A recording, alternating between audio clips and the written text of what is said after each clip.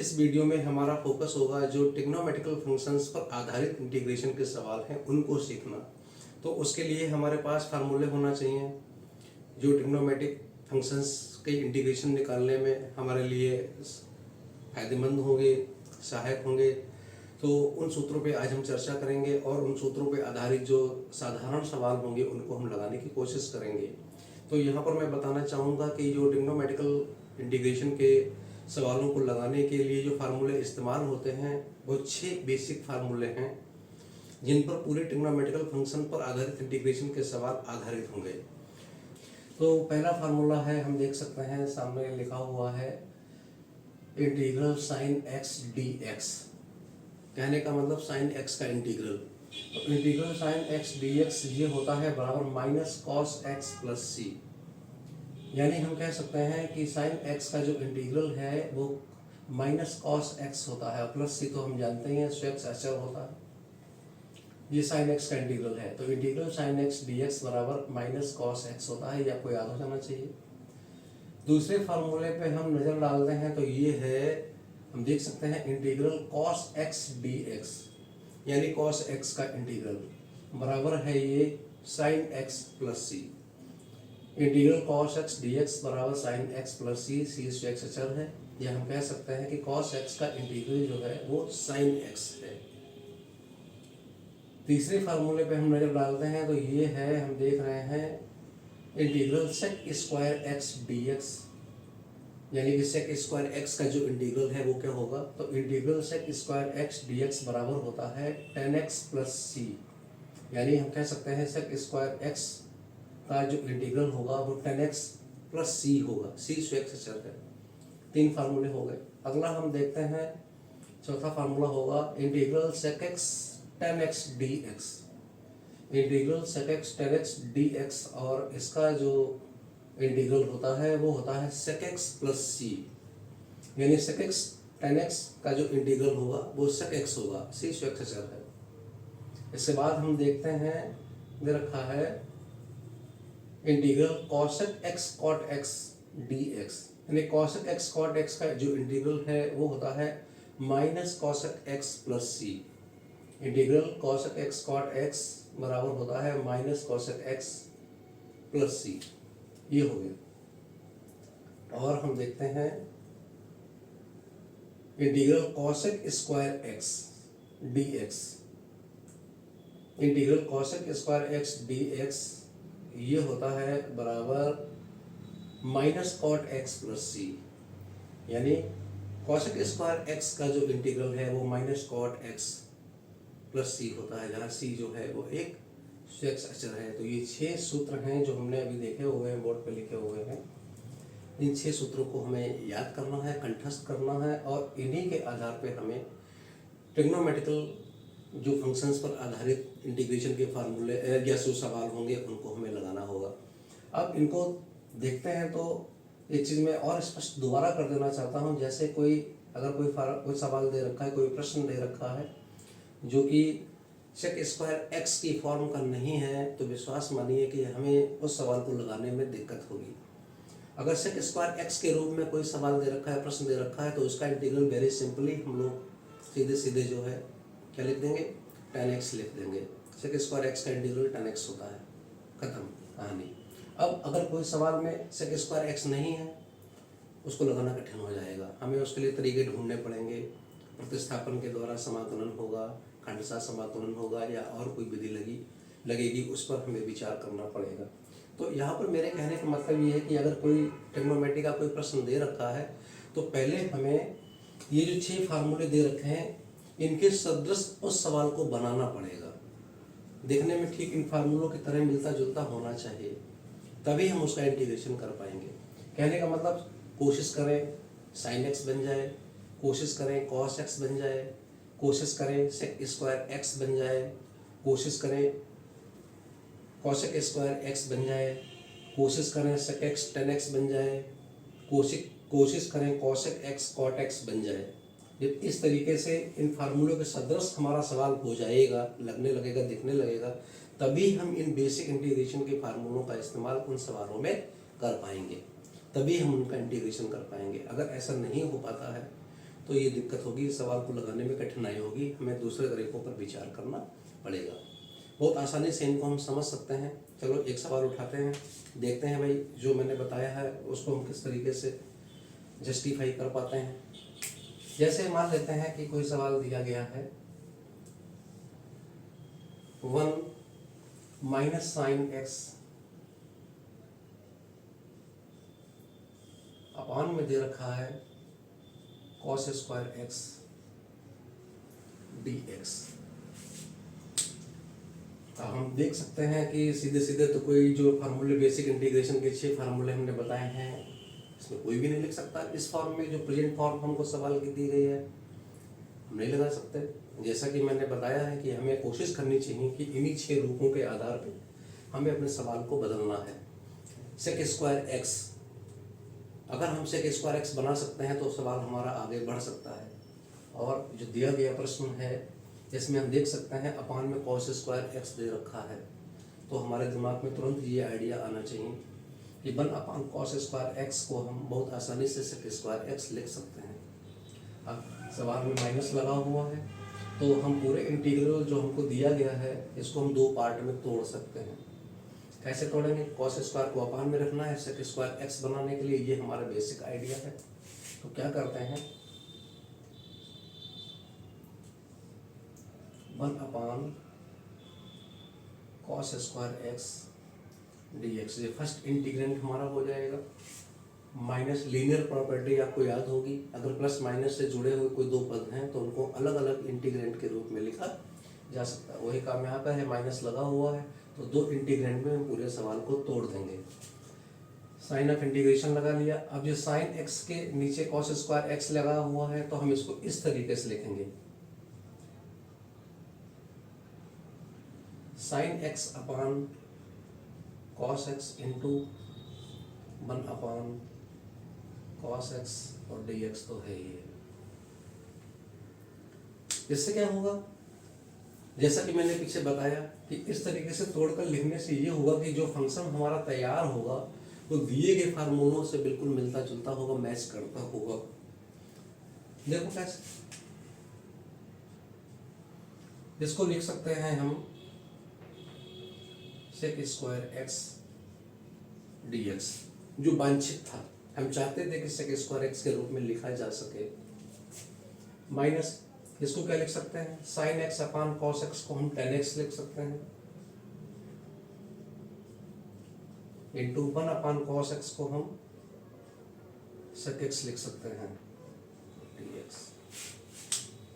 ये सब व्यवस्था करने से फायदा हमें ये हुआ कि हमारा जो सवाल था वो सेक स्क्वायर एक्स के रूप में आ गया और sec x into tan x के रूप में आ गया। जो हम चाहते थे कि जो सवाल हमको दिया गया, जो प्रश्न दिया गया है, रूपांतरण हम कुछ इस तरीके से करें कि बेसिक इंटीग्रेशन के सूत्रों से मिलता जुलता हो जाए। अब हम देख सकते हैं फार्मूले में जो हमारा तीसरा फार्मूला है, क्रम का कोई मतलब नहीं, तीसरा चौथा कहने से कोई फायदा नहीं है। फार्मूले सारे रटे होना चाहिए, याद होना चाहिए, कंठस्थ होना चाहिए।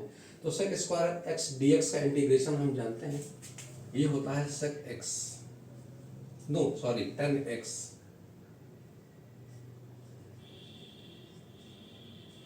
tan x minus sec x tan x। इसका इंटीग्रल क्या होता है हम जानते हैं, ये होता है सेक x और प्लस सी तो एक्सेशन लगना ही लगना है। इस तरीके से हमारा सवाल कंप्लीट हो जाता है, बहुत आसानी से हमें आंसर प्राप्त हो जाता है। ये चीज़ हमको सीखनी होगी कि किस तरीके से दिए गए सवाल को हम रूपांतरित करें कि बेसिक इंटीग्रेशन के फार्मूले हैं ट्रिग्नोमेट्री पर बेस्ड, उनके सदृश सवाल हमारा बन जाए, हम आसानी से उस सवाल को लगा लें। आप वीडियो को पॉज करके इसको दोबारा देख सकते हैं, समझ सकते हैं। अगला सवाल लेते हैं,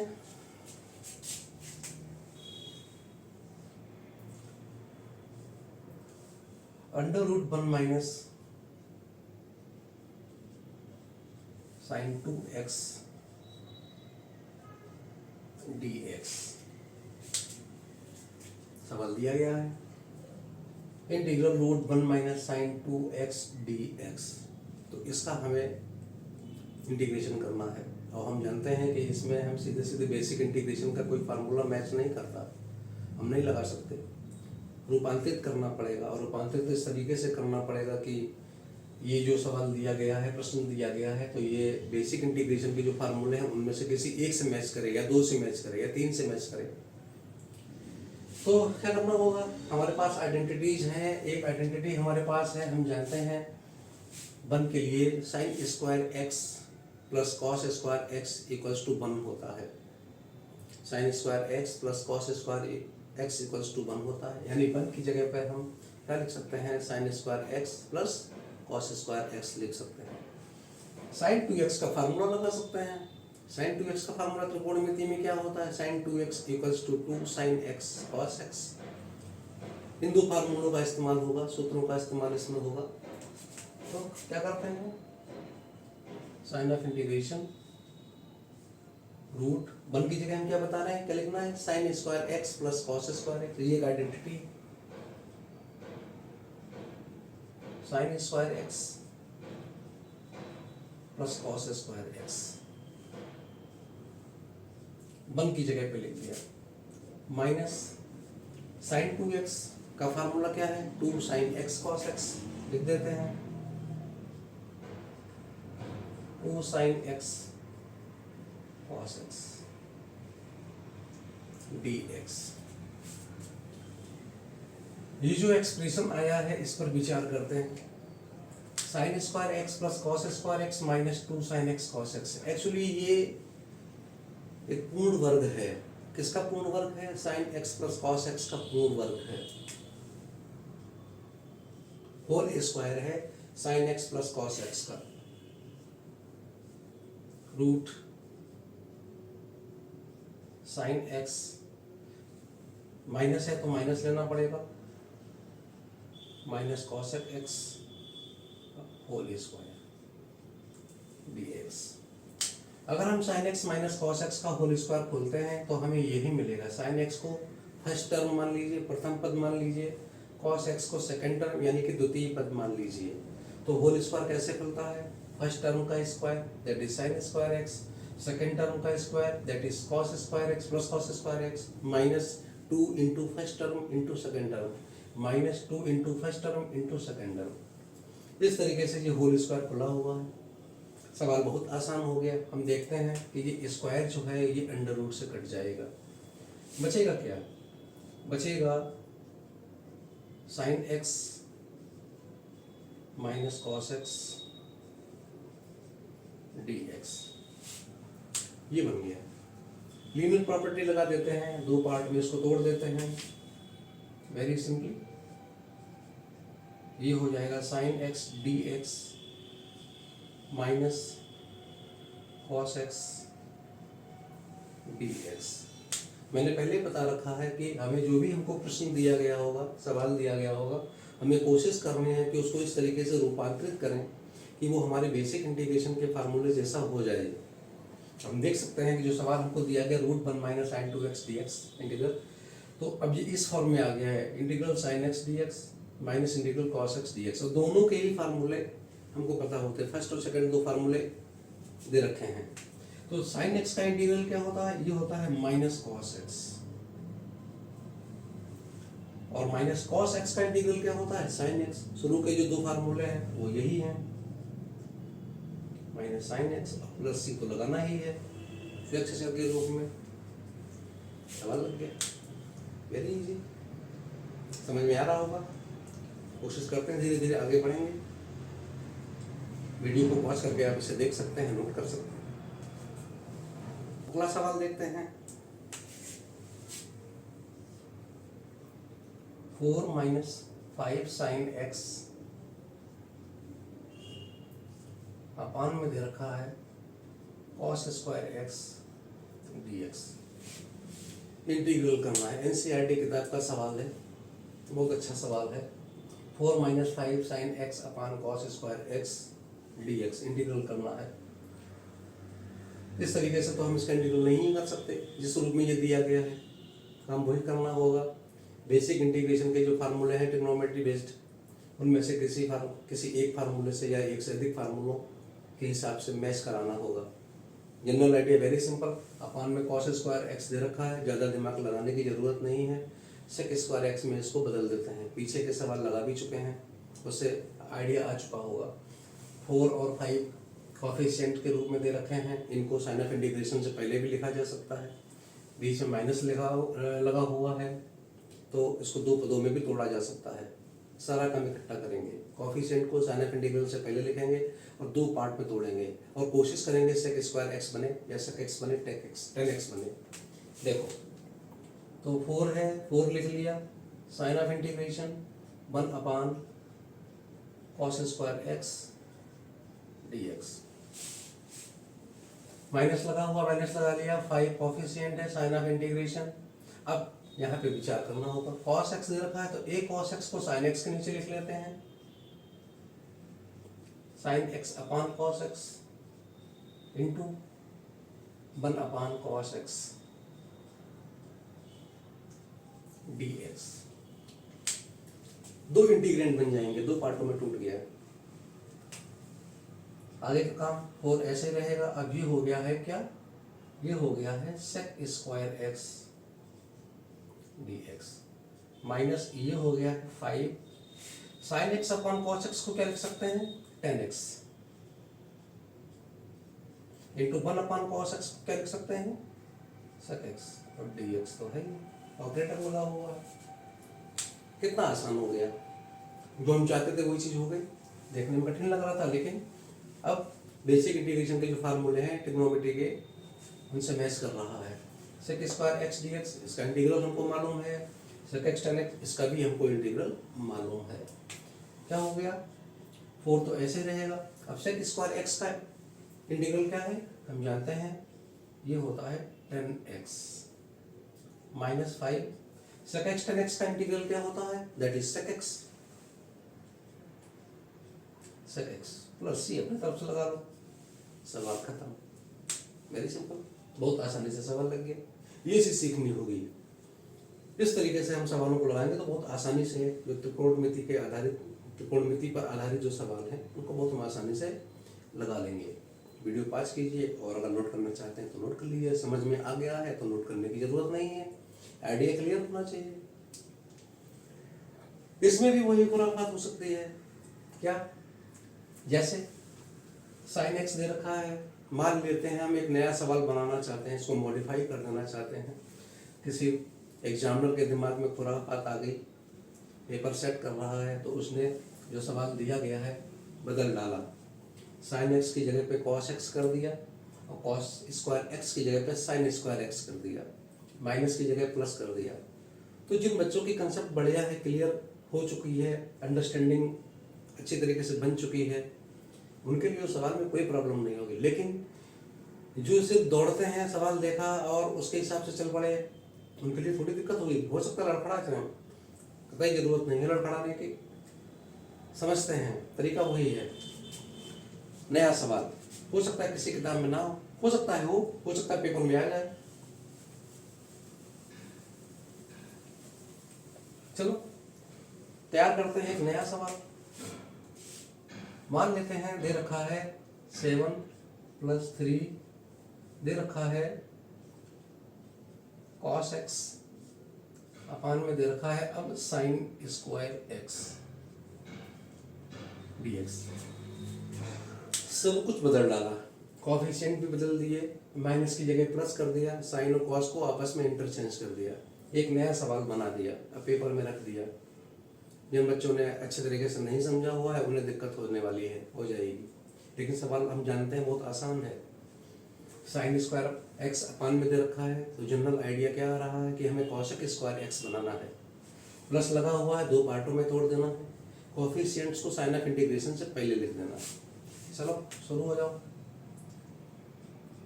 7 sign of integration 1 upon sine square x dx plus ले लिया। अगला पार्ट बनाना है, 3 कोफिशिएंट हो गया, cos x अपान एक साइन x जो है वो cos x के नीचे लिखेंगे, sine x into 1 upon sine x dx। हम समझ सकते हैं हम लोग बहुत आगे निकल चुके हैं, सवाल खत्म होने को है, अभी शुरू भी नहीं हुआ था। ये हो गया 7 sign of integration cosec square x d x plus 3 sign of integration, ये हो गया cot x into cosec x d x. और इनका आंसर हम जानते हैं, कॉसेक स्क्वायर एक्स का इंटीग्रल माइनस कॉट एक्स होता है, कॉसेक एक्स कॉट एक्स का इंटीग्रल माइनस कॉसेक एक्स होता है। लिखने की देर है, सवाल खत्म। 7 ब्रैकेट में लिख दिया माइनस का कॉट एक्स प्लस 3 ब्रैकेट में लिख दिया माइनस का कॉसेक एक्स प्लस सी तो लगाना ही होगा, उसको एक्स से चलकर ब्रैकेट हटा देते हैं, अच्छा लगने लगेगा। -7 cot x minus 3 cosec x और प्लस सी तो लगाना ही है। सवाल खत्म। बिल्कुल नया सवाल, कोई आइडिया नहीं था, लेकिन जो हमने सीखा है उसके आधार पर बहुत आसानी से हम इसका आंसर निकाल सकते हैं और हमने निकाल लिया। तो यही चीज़ आपके अंदर आनी चाहिए, यही विश्वास आपके अंदर पैदा होना चाहिए। वीडियो पास करके आप इसे नोट कर सकते हो।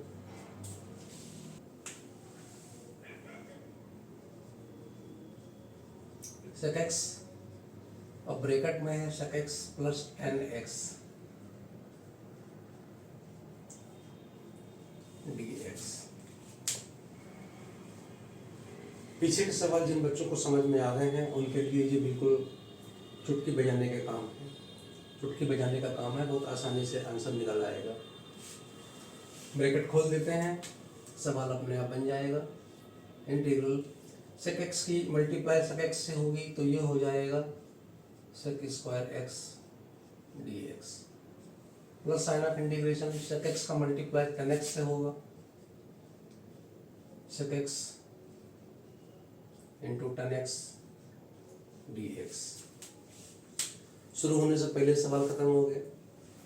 sec स्क्वायर x dx और इसका इंटीग्रल हम जानते हैं tan x होता है, sec x tan x दे रखा है, इसका भी इंटीग्रल हम जानते हैं sec x होता है। Very simple, sec square x का हो गया integral tan x plus sec x tan x का इंटीग्रल हो गया sec x प्लस c लगा दो, खत्म कहानी। अगर परीक्षा में पूछा जाता है, प्रश्न पत्र में ये आता है तो 1 नंबर से ज़्यादा मिलने वाला नहीं है, रटा होना चाहिए।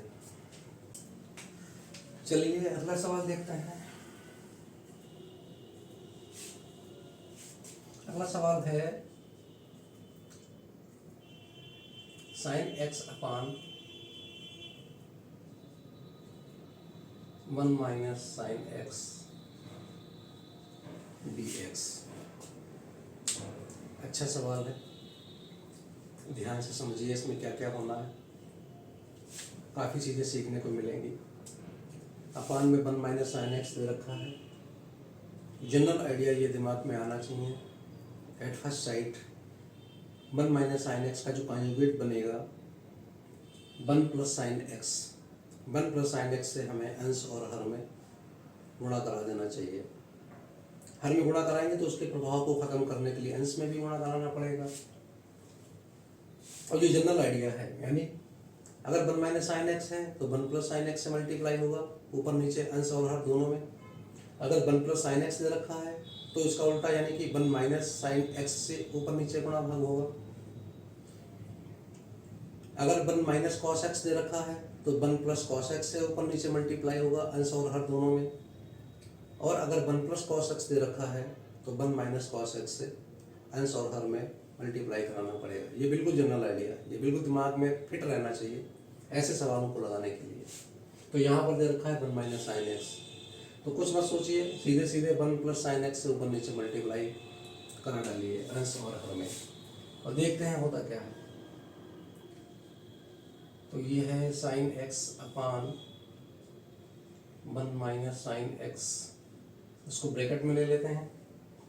और हमने जैसा बताया है कि चूंकि 1 माइनस sin x दे रखा है तो हमें ऊपर नीचे जो है 1 प्लस sin x से गुणा भाग करा देना चाहिए। अब आगे देखते हैं क्या होता है।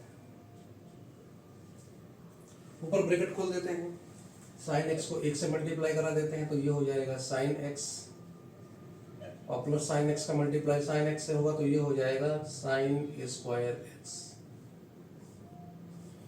अब अपान पर विचार करते हैं। कक्षा 9-10 में आपने एक प्रमेय पढ़ी होगी अलजेब्रा में, गुणनखंड में, वर्गांतर प्रमेय के नाम से जानते हैं। दो स्क्वायर का डिफरेंस जो होता है उस रूप में उसको पढ़ाया जाता है, समझाया जाता है। X square minus y square equals to होता है एक्स प्लस वाई एक ब्रैकेट में इंटू एक्स माइनस वाई दूसरे ब्रैकेट में। X square minus y square equals to x plus y into x minus y. गुणनखंड में है, बहुत इस्तेमाल होती है, बहुत ही फेमस थ्योरम है, वर्गांतर प्रमेय के नाम से जानते हैं इसे। जगह जगह इसका इस्तेमाल होता है, सीधे सीधे भी और उसका उल्टे क्रम में भी। सीधा सीधा ये है x square minus y square equals to x plus y into x minus y, गुणनखंड। उल्टे रूप में कभी कभी x plus y into x minus y दे रखा होता है तो उसकी जगह पे लिख देते हैं x square minus y square. यहाँ पर उसी का इस्तेमाल होना है।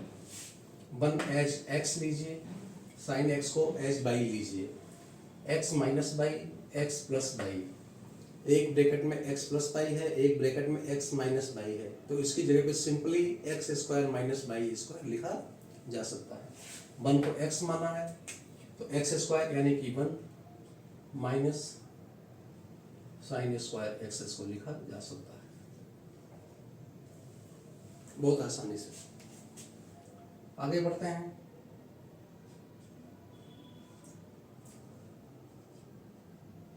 Sine x plus sine square x अपान में 1 माइनस साइन स्क्वायर है, ये एक आइडेंटिटी है, trigonometrical identity. Sine square x plus cos square x equals to 1 होता है। उससे अगर हम निकालें तो 1 माइनस साइन स्क्वायर एक्स बराबर हो जाता है कॉस स्क्वायर एक्स के। 1 माइनस साइन स्क्वायर एक्स की जगह पे क्या लिखा जा सकता है, कॉस स्क्वायर एक्स dx। अब दो इंटीग्रेंट में तोड़ देते हैं। अब cos स्क्वायर एक्स है तो दिमाग में आइडिया आ जाना चाहिए कि sec स्क्वायर एक्स बनने वाला है। किसी न किसी स्टेप में कहीं ना कहीं पर sec स्क्वायर एक्स अवश्य आएगा। कैसे आएगा ये करना है। इक्वल्स टू, तो पहला इंटीग्रेंट हो जाएगा sine x upon cos square x है तो इसमें से एक cos x जो है साइन x के नीचे ले लेते हैं और एक cos x जो रहेगा उसको हम अलग लिख लेंगे cos x dx। ये पहला इंटीग्रेंट बन गया, प्लस साइन लगा हुआ तो प्लस हो गया साइन ऑफ इंटीग्रेशन।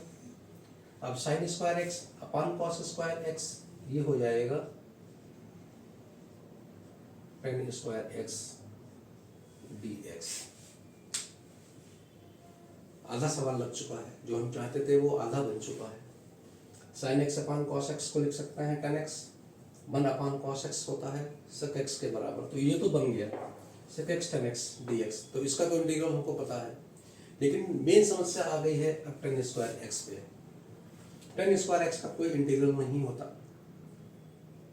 मैंने कहा था कि अगर जो एक्सप्रेशन ट्रिग्नोमेट्रिकल एक्सप्रेशन हमारे सामने आता है अगर वो बेसिक इंटीग्रेशन के फार्मूलों से मैच नहीं करता तो हम उसका कुछ नहीं कर सकते। तो यहाँ पर tan स्क्वायर एक्स फंस गया, इसका हम कुछ नहीं कर सकते, तो फिर दिमाग लगाना पड़ेगा। फिर हमें कोई एक ऐसी आइडेंटिटी ढूंढनी पड़ेगी जो इस tan स्क्वायर एक्स को हमारे वांछित रिजल्ट के रूप में, सूत्रों के रूप में प्रस्तुत कर सके।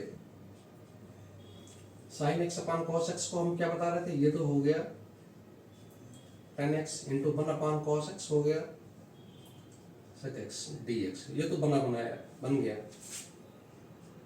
और यहाँ पे हमें क्या है, tan स्क्वायर x का मान लिखना पड़ेगा एक आइडेंटिटी के रूप में, sec square x minus 1, sec square x minus 1 dx।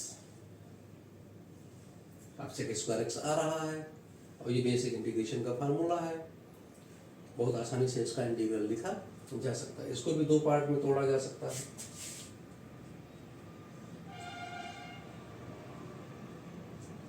tan x into sec x dx plus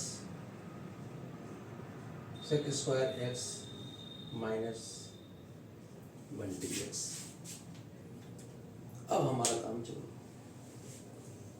अब हम सबके इंटीग्रल जानते हैं। sec x tan x का इंटीग्रल क्या हो गया? sec x हो गया। sec स्क्वायर x का इंटीग्रल क्या हो गया? tan x हो गया। -1 ये अचर फलन है, और अचर फलन का जो इंटीग्रल होता है वो तो x प्लस ही तो लगाना है। सवाल खत्म। बहुत आसानी से सवाल को लगाया गया। तो प्रत्येक स्टेप पे नजर डालिए कि कहाँ पे क्या किया गया, तो उसको समझिए। कई आइडेंटिटीज का इसमें इस्तेमाल किया गया है, तो बहुत ही महत्वपूर्ण सवाल है। उम्मीद है ये अगर पेपर में आएगा तो हो सकता है 2 नंबर में आए, 2 नंबर से ज़्यादा नहीं मिलने वाले। वीडियो को पॉज करके इसको रोक सकते हैं, देख सकते हैं, नोट कर सकते हैं। इसका जुड़वा भाई sin x की जगह पे cos x कर दें, बिल्कुल मिलता जुलता ऐसा ही दूसरा सवाल बन जाएगा। कह सकते हैं कुंभ में बिछड़े हुए, सवाल बदल जाएगा। sin x की जगह पे cos x रख देते हैं, एक नया सवाल बन जाएगा, उसको ट्राई करते हैं।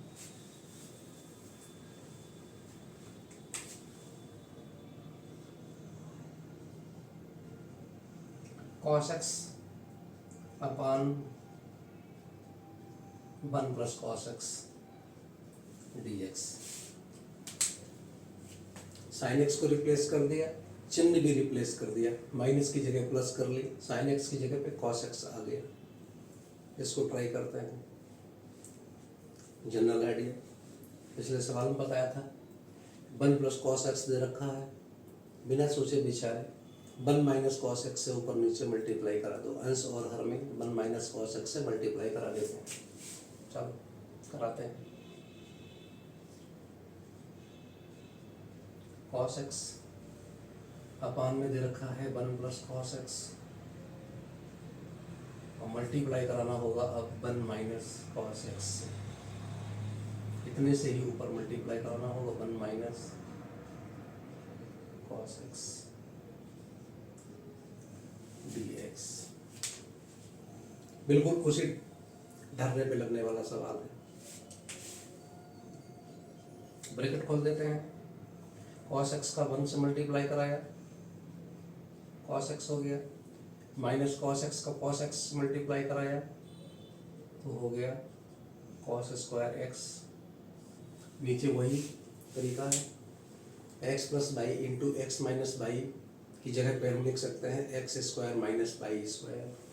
1 एज x लीजिए और cos x एज बाई लीजिए, तो x plus y x minus y, और उसकी जगह पे लिखा जा सकता है 1 minus cos square x, 1 minus cos square x dx। नीचे आइडेंटिटी बन गई, sin square x plus cos square x equals to 1 होता है। उसकी सहायता से बहुत आसानी से हम निकाल सकते हैं 1 minus cos square x equals to sin square x। लिख देते हैं cos x minus cos square x, और नीचे हो गया है अब sin square x dx। Bifurcate कर देते हैं, माइनस साइन लगा हुआ है, 2 पार्टों में तोड़ देते हैं, 2 इंटीग्रेंड बन जाएंगे। पहला इंटीग्रेंड cos x के नीचे एक sin x लिख लेते हैं, और एक sin x को ऐसे ही 1 अपान sin x लिख लेते हैं dx। Minus sign of integration cos square x है, अपान में sin स्क्वायर x है, ये हो गया cot स्क्वायर x dx। ये तो बन गया cos x अपान sin x, ये cot x हो गया, 1 अपान sin x, ये cos x हो गया, ये तो बन गया। अच्छा खासा जानते हैं, लेकिन यहाँ फिर कहानी फंस गई। cot स्क्वायर x का कोई भी इंटीग्रल नहीं होता, हम इसका इंटीग्रेशन नहीं कर सकते। सिंपली इसको भी हमें किसी आइडेंटिटी के द्वारा इसको चेंज करके लिखना पड़ेगा। और वो आइडेंटिटी क्या होती है? cot स्क्वायर x प्लस 1 होता है cosec square x cot square x plus 1 equals to होता है कॉसेक स्क्वायर एक्स। तो अगर हम कॉट स्क्वायर एक्स की वैल्यू निकालना चाहेंगे तो वो बनेगी कॉसेक स्क्वायर एक्स माइनस 1। तो देखो बहुत आसानी से ये हो गया cot x into cosec x d x minus, यहाँ हमने बताया हुआ है क्या लिखेंगे, कॉसेक स्क्वायर एक्स माइनस 1। ये एक आइडेंटिटी है ट्रिग्नोमेट्रिकल। कॉट स्क्वायर एक्स जो है कॉसेक स्क्वायर एक्स माइनस 1 के बराबर होता है, लिख दिया गया। ब्रैकेट को खोल सकते हैं। अभी इसको हम ऐसे लिखे देते हैं, हालांकि हम जानते हैं इसका आंसर क्या आने वाला है। इसका इंटीग्रल हमको पता है, कॉसेक एक्स कॉट एक्स का इंटीग्रल क्या होता है, तब तक याद कर लो। फार्मूला खोल दिया गया तो ये हो जाएगा cosec square x d x minus minus plus हो गया 1 डी एक्स। अब तीनों पदों के इंटीग्रल हमको पता है। कॉसेक एक्स कॉट एक्स का इंटीग्रल होता है minus cosec x,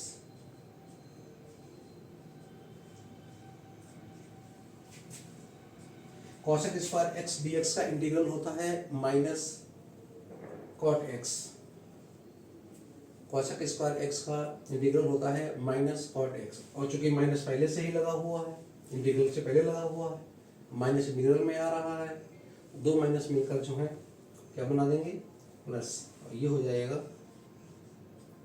cot x plus 1 d x. एक अचर फलन है, इसका इंटीग्रल होता है एक्स प्लस सी। कहानी खत्म। आसानी से सवाल लग गया। इस तरीके के सवालों को हमें सीखना होगा।